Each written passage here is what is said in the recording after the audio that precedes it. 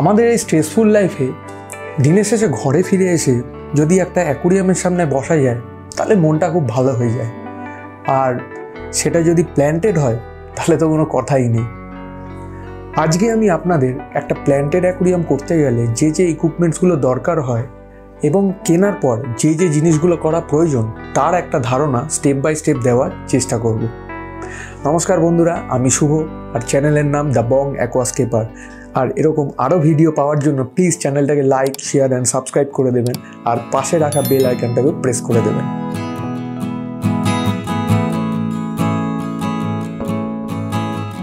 পয়েন্টগুলো শুরু করার আগে একটা গুরুত্বপূর্ণ টিপস আপনাদের দিয়ে রাখি।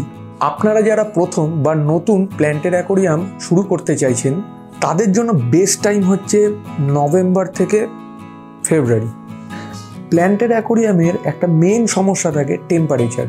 একটা প্ল্যান্টেড অ্যাকোরিয়ামের আইডিয়াল টেম্পারেচার হলো 24 ডিগ্রি সেলসিয়াস। তাই শীতকালে প্ল্যান্টেড অ্যাকোরিয়াম সব থেকে ভালো গ্রো করে। তাই বলে কি গরমকালে গ্রো করে না? অবশ্যই করে। আর শীতকালে শুরু করতে বলার মেন কারণ হলো সেটআপের পর অ্যাকোরিয়াম 1 থেকে 1.5 মাস বেশ কিছু সমস্যার মধ্যে দিয়ে যায়। যেমন শুরুতেই বেশ কিছু অ্যালগি প্রবলেম আসে ট্যাঙ্ক পুরোপুরি ব্যালেন্স না হওয়ার কারণে। এগুলো খুব নর্মাল ব্যাপার, এগুলো আসবে, কিছু করার নেই। তবে এই সমস্যাগুলোর উপর সমস্যা যাতে না সৃষ্টি হয় সেই জন্যই শীতকালে গ্রো করতে বলার সাজেশন। তাহলে চলুন দেখে নেওয়া যাক প্ল্যান্টেড অ্যাকোরিয়াম শুরু করতে গেলে ইনিশিয়াল স্টেজে কি কি অবশ্যই প্রয়োজন।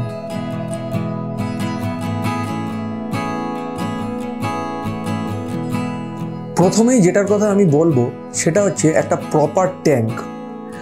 আপনি খরচ করে ব্র্যান্ডেড কিনবেন, কি কাস্টমাইজ করবেন, কি এরম নর্মাল গ্লাস দিয়ে করবেন, কি এক্সট্রা ক্লিয়ার গ্লাস দিয়ে করবেন, সেটা সম্পূর্ণ আপনার ব্যাপার। আমি শুধু বলতে চাইছি আপনারা যে ট্যাঙ্কটাই বানান সেটা যেন একটা প্রপার সাইজ হয়। আমি অনেককে দেখেছি যারা একদম ছোট সাইজের ট্যাঙ্ক থেকে শুরু করে, আবার অনেকে হবি শুরু করে একদম বোল দিয়ে। বাট প্লিজ, এই বোল, ছোট ট্যাঙ্ক, এই সমস্ত আইডিয়া একদম ভালো না। কোনো ফিশ ট্যাঙ্ক বলুন বা প্ল্যান্টেড ট্যাঙ্ক বলুন, কোনোটার জন্যই বেস্ট নয়। আপনি ফিশ ট্যাঙ্ক বানান বা planted aquarium, at least 2 feet aquarium দিয়ে শুরু করুন বা মিনিমাম 1.5 ফিট। কারণ ছোট অ্যাকোরিয়ামে ফ্লাকচুয়েশন লেভেল অনেক বেশি হয়। জল অনেক তাড়াতাড়ি গরম হয়ে যেতে পারে, আবার অনেক তাড়াতাড়ি ঠান্ডা হয়ে যেতে পারে আপনার রুম টেম্পারেচার অনুযায়ী। ট্যাঙ্কে যদি অ্যালগি ইস্যু আসে বা অ্যামোনিয়া বিল্ড আপ হয়, সেইগুলো খুব তাড়াতাড়ি এফেক্ট করবে। তবে আপনার ট্যাঙ্ক যদি সেখানে বড় হয়, এইগুলো এফেক্ট করতে অনেকটা বেশি সময় নেয়। ততক্ষণে আপনি একটা ব্যবস্থা করেই দিতে পারবেন। এছাড়া বড় অ্যাকোরিয়ামে ওয়াটার প্যারামিটারও অনেক স্টেবল থাকে।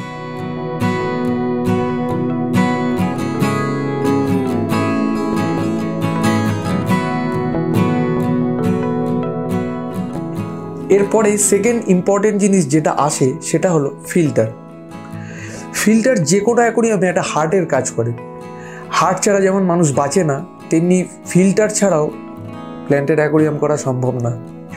আপনারা অনেক জায়গায় দেখে থাকবেন যে কেউ কেউ নো ফিল্টার ট্যাঙ্ক বানায়। সত্যি বলতে ওরমভাবে ফিশ অনলি ট্যাঙ্ক বা প্ল্যান্টেড অ্যাকোরিয়াম আমাদের ইন্ডিয়ার মতন ক্লাইমেটে করা অসম্ভব। যারা প্ল্যান্টেড অ্যাকোরিয়াম করতে চাইছেন তারা অবশ্যই একটা ভালো দেখে ফিল্টার কিনুন। স্পঞ্জ ফিল্টার, পাওয়ার ফিল্টার, এগুলো ফিশ অনলি ট্যাঙ্কের জন্য ঠিক আছে, বাট এগুলো প্ল্যান্টেড অ্যাকোরিয়ামে যায় না। Hang on back filter, canister filter, এগুলো প্ল্যান্টেড অ্যাকোরিয়ামের জন্য একদম বেস্ট। তবে আপনাদের একটা জিনিস দেখাই, অনেকে হ্যাং অন ব্যাকের নামে এই রকম হ্যাং অন ব্যাক কিনে আনেন, কিন্তু এতে ফিল্টার মিডিয়া দেওয়ার কোনো রকম জায়গা নেই। এর ফলে এর মধ্যে ঠিক করে ব্যাকটেরিয়া কলোনাইজ করতে পারে না, ফলে fish death, algae problem, ammonia build up, এই ধরনের সমস্যা হতেই থাকে। চেষ্টা করুন এমন হ্যাং অন ব্যাক কেনার যেটার মধ্যে পর্যাপ্ত জায়গা থাকে বায়োমিডিয়া দেওয়ার মতো। আরও ভালো ফিল্টারেশনের জন্য এরকম ক্যানিস্টার ফিল্টারও ইউজ করতে পারেন, তবে এর প্রাইস একটু হাই হয়। একটা জিনিস মনে রাখবেন, আপনার ট্যাঙ্কের যা ওয়াটার ভলিউম, ফিল্টার যদি সেই জল 1 ঘন্টায় 4 বার পুরো সাইকেল করতে পারে তাহলে আপনার ফিল্টারেশন একদম ওকে আছে। ছোট ট্যাঙ্ক হলে 3 টাইমস হলেও কোনো সমস্যা হয় না।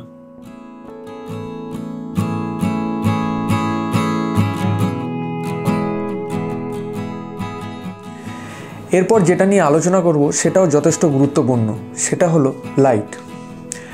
একটা জিনিস ভালো করে বুঝুন, আপনার ট্যাঙ্কের হাইট যত বেশি হবে লাইট রিকোয়ারমেন্টও তত বেশি হবে। ট্যাঙ্কের হাইট যদি কম হয় লাইট রিকোয়ারমেন্টও কম হবে। লাইট ডিসাইড করার আগে আপনাদের ডিসাইড করতে হবে যে আপনারা ট্যাঙ্কে প্লান্টস কীরকম গ্রো করবেন, মানে আপনাদের প্লান্টস হাই ডিমান্ডিং হবে নাকি লো ডিমান্ডিং হবে, সেই বুঝে আপনাদের লাইট পারচেস করতে হবে। আপনি যদি অ্যানোবিয়াস, ফার্ন, মস এই ধরনের গাছ বসাতে চান তার জন্য লো লাইট যথেষ্ট। এবার আপনি যদি আপনার ট্যাঙ্কে এরকম রেড প্লান্টস গ্রো করতে চান তার জন্য অবশ্যই হাইলাইট দরকার। দেখুন, বাজারে আপনি অনেক রকম ভ্যারাইটির এবং ডিফারেন্ট ইন্টেন্সিটির লাইটও আপনি পেয়ে যাবেন এবং সেগুলো যথেষ্ট পকেট ফ্রেন্ডলি হয়। এখন বাজারে বেশ কিছু RGB লাইটসও এসছে, সেগুলো আপনারা ট্রাই করে দেখতে পারেন। RGB লাইটসের একটা বিশেষত্ব হলো কালারফুল প্লান্টসগুলোকে আরও বেশি কালার এনহ্যান্স করে দেখায়। কেউ যদি প্ল্যান্টেড অ্যাকুয়ারিয়াম একদম চিপ রেটে করতেও চান, তারা ইলেকট্রিকের দোকানে যে LED বাল্বগুলো বা LED টিউব লাইটগুলো পাওয়া যায় সেগুলো দিয়েও আপনারা প্ল্যান্টেড অ্যাকুয়ারিয়াম করতে পারেন। এবার যদি কারোর বাজেট অনেক বেশি হয় তাহলে তারা আমার মতন এরকম ফুল স্পেকট্রাম লাইট দিয়েও করতে পারেন। আমি এই লাইটটা যখন কিনেছিলাম তখন এটা প্রায় 8000 মতন পড়েছিল। তবে এগুলো এত দাম হওয়ার অনেক কারণ আছে, সে আলোচনা অন্য কোনো দিন।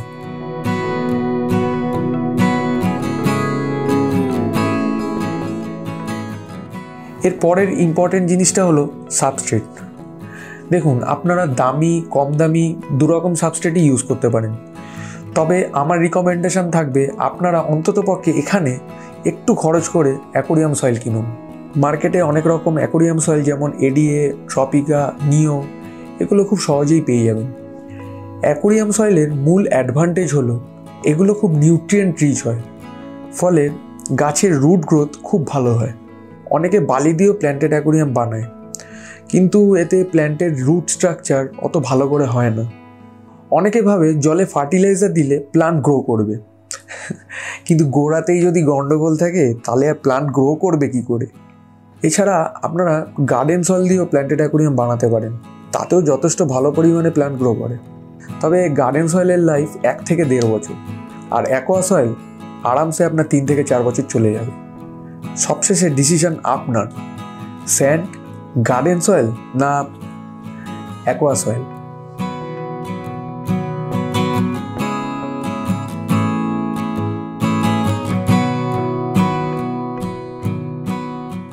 ওকে, এবার আসবো CO2-তে।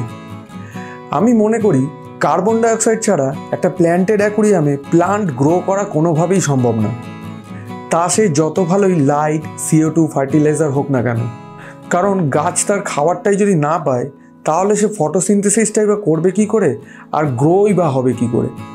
CO2 ছাড়া আপনারা অ্যানোবিয়াস, ফার্ন, মস এছাড়া আরও কিছু লোটেক প্লান্টস আছে যেগুলো কিনা CO2 ডিমান্ড অনেক কম থাকে। তবে তার জন্য ফ্রিকোয়েন্টলি ওয়াটার চেঞ্জও করা প্রয়োজন, কারণ নতুন জলে কিছু পরিমাণে CO2 মজুদ থাকে যেগুলো কিনা প্লান্ট অ্যাবজর্ব করে ফটোসিনথেসিস করতে পারে।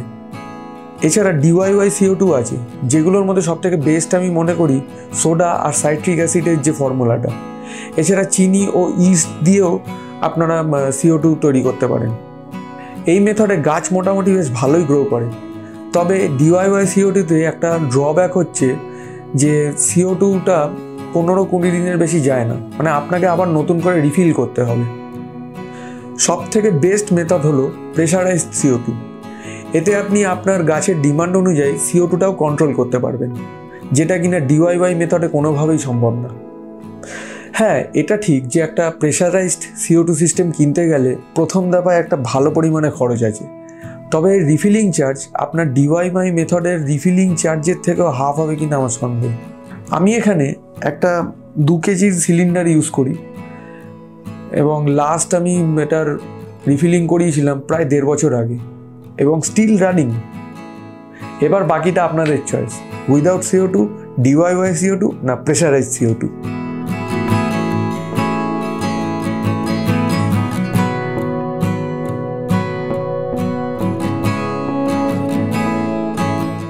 লাস্ট যে পয়েন্টটা নিয়ে আলোচনা করব সেটা হলো ফার্টিলাইজার। অনেকেরই একটা ধারণা থাকে যে জলে ফার্টিলাইজার দিলে গাছ হু করে বাড়বে। ফার্টিলাইজার আসলে গাছের খিদে বাড়ায়, আর খিদে বাড়লে CO2ও বেশি বেশি করে খাবে, এবং বেশি বেশি করে খাওয়া মানেও তার লাইট রিকোয়ারমেন্টও অনেক বেশি হবে, ফলে গাছ হু হু করে বাড়া শুরু করবে। ফার্টিলাইজার যখন কিনবেন ভাববেন, তখন নেটে একটু ভালো করে রিসার্চ করে নেওয়াই ভালো। দোকানদার হয়তো তাদের নলেজের অভাবে যা নয় তাই একটা ফার্টিলাইজার আপনাকে গুছিয়ে দিতে পারে। এক একটা ফার্টিলাইজার নিউট্রিয়েন্ট ভ্যালু এক এক রকম হয়, কোনোটা হাইটেকের জন্য হয়, কোনোটা লো টেকের জন্য হয়। তাই কেনার আগে অবশ্যই ভালো করে রিসার্চ করে নেবেন যে আপনার ট্যাঙ্কের জন্য কোনটা বেস্ট হবে।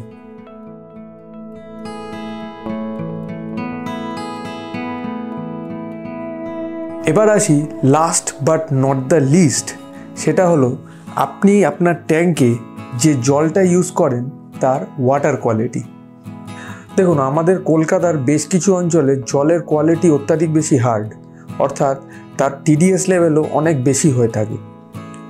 প্ল্যান্টেড অ্যাকুয়ারিয়ামের জন্য দরকার হয় সফট ওয়াটারের, আর সেই সফট ওয়াটারের TDS লেভেল অ্যাপ্রক্সিমেটলি 100 to 300 হলে ভালো হয়। কিন্তু চেষ্টা করবেন আপনারা TDS লেভেলটা যতটা কমিয়ে রাখা যায়। তাই পরিকল্পনা শুরু করার আগে আপনাদের বাড়িতে আসা জলটার একটা টেস্ট করে নেবেন। টেস্ট করার জন্য আপনি এরকম TDS মিটার ইউজ করতে পারেন, এছাড়া আপনি এরকম টেস্ট কিটও ইউজ করতে পারেন। এর মধ্যে বেশ কিছু এরকম টেস্ট স্ট্রিপ আছে, যেগুলো কিনা এইভাবে টেস্ট করা যায়। এটা মোটামুটি 2 মিনিট সময় লাগে এটা এই কালারগুলো চেঞ্জ হতে। আপনি আরামসে এরকম বসিয়ে টেস্ট করে দেখতে পারেন যে আপনার pH লেভেল, KH লেভেল এবং GH লেভেল কী আছে, যেটা প্ল্যান্টেড অ্যাকুয়ারিয়ামের জন্য মাস্ট এই ধরনের টেস্ট কিট ইউজ করা। এছাড়া আপনি RO ওয়াটারও ইউজ করতে পারেন। RO ওয়াটার অনেকটা সফট হওয়ায় প্ল্যান্টেড অ্যাকুয়ারিয়ামে আরামসে আপনি ইউজ করতে পারবেন। আচ্ছা, বেশ কিছুক্ষণ হয়ে গেছে আমি টেস্ট কিটটা ইউজ করেছিলাম, তা আমার ওয়াটার প্যারামিটার মোটামুটি একদম ওকে আছে। pH, KH, GH একদম অল ওকে।